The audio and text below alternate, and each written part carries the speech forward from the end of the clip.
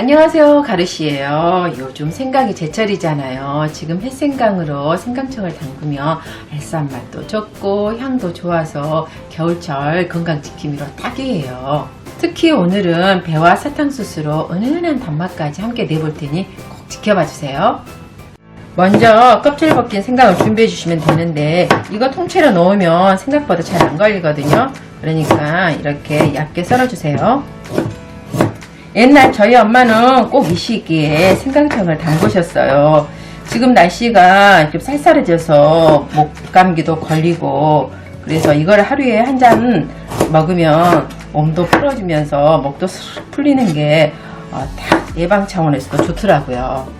거기다 지금 생각이 가격대도 저렴하고 알싸한 맛과 쓴맛이 적으니 담그는 게 딱 좋아요. 제가 원래 작년에는 믹서기를 사용해 봤는데 올해는 제가 친척에게 빌린 한번 휴롬을 갖고 해볼게요.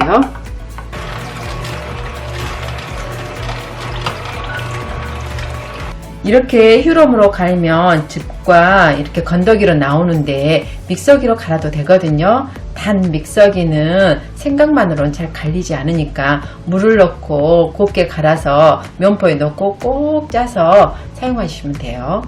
이제 즙으로 생강청을 만들면 되는데 이 생강 찌꺼기가 아깝잖아요. 말려서 요리에도 쓰고 이거 얼려서 또 조금씩 넣어도 되거든요. 근데 저는 이번에 이거를 생강청으로 아낌없이 다 해볼 거예요. 그러니 원하신 대로 이렇게 취향껏 해주시면 될 것 같아요. 또 생강즙은 가만히 놔두는 게 중요해요. 왜냐하면 이게 지금 보이진 않지만 전분이 좀 많이 있거든요. 이거를 충분히 가라앉혀야지 쓴맛이 제거된답니다. 그런데 아직 여기에 찌꺼기가 남아있으니까 한번 면포에 걸러주는 게 좋아요.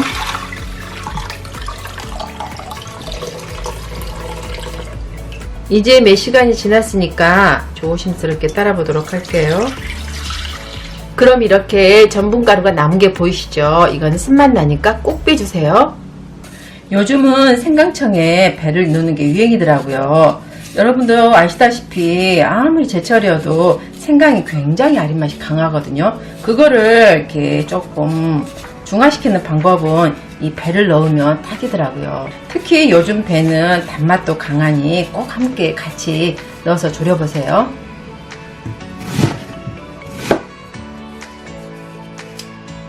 또 배는 이렇게 따로 갈아주는 게 좋아요.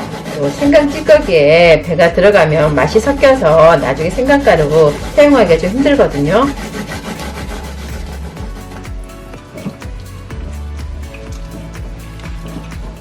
여기서부터는 별거 없어요. 생강즙과 배즙을 넣고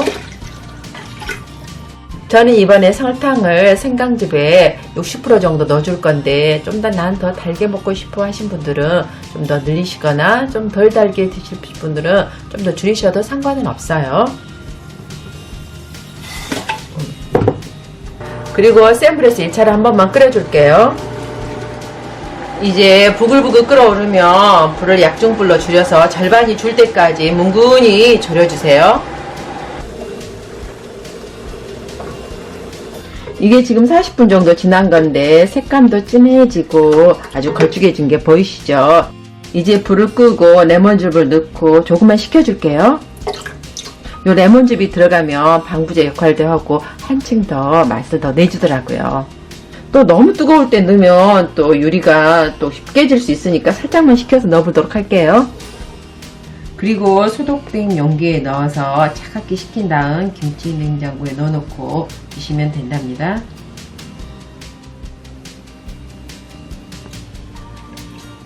이제 생강 찌꺼기로 청을 만들어 볼게요. 냄비에 생강 찌꺼기와 배즙을 넣고 수분기를 없이 그냥 날려주세요.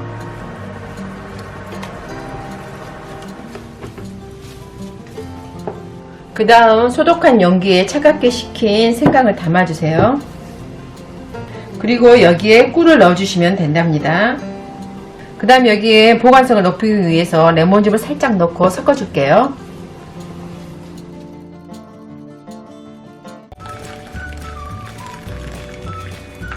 제가 이거 하루 정도 숙성시켜서 가족들에게 먹여보았는데 그냥 채로 썰어서 만든 것보다 맛과 향이 아주 풍부하고 또 술술술 넘어간 느낌이 아주 좋더라고요. 그런데 저희 남편은 워낙 달달한 걸 좋아해서 이거 좀 더 달았으면 좋겠다고 말을 하네요. 그러니 취향껏 설탕을 좀 더 늘리셔도 상관은 없어요.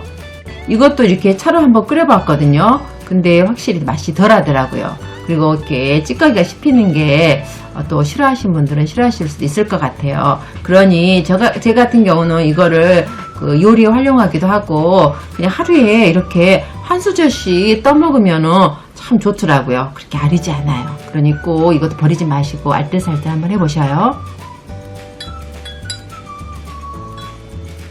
여러분도 쌀쌀한 날 면역력 올려주는 생강청 맛있게 해서 드시고 오늘도 내일도 힘내세요.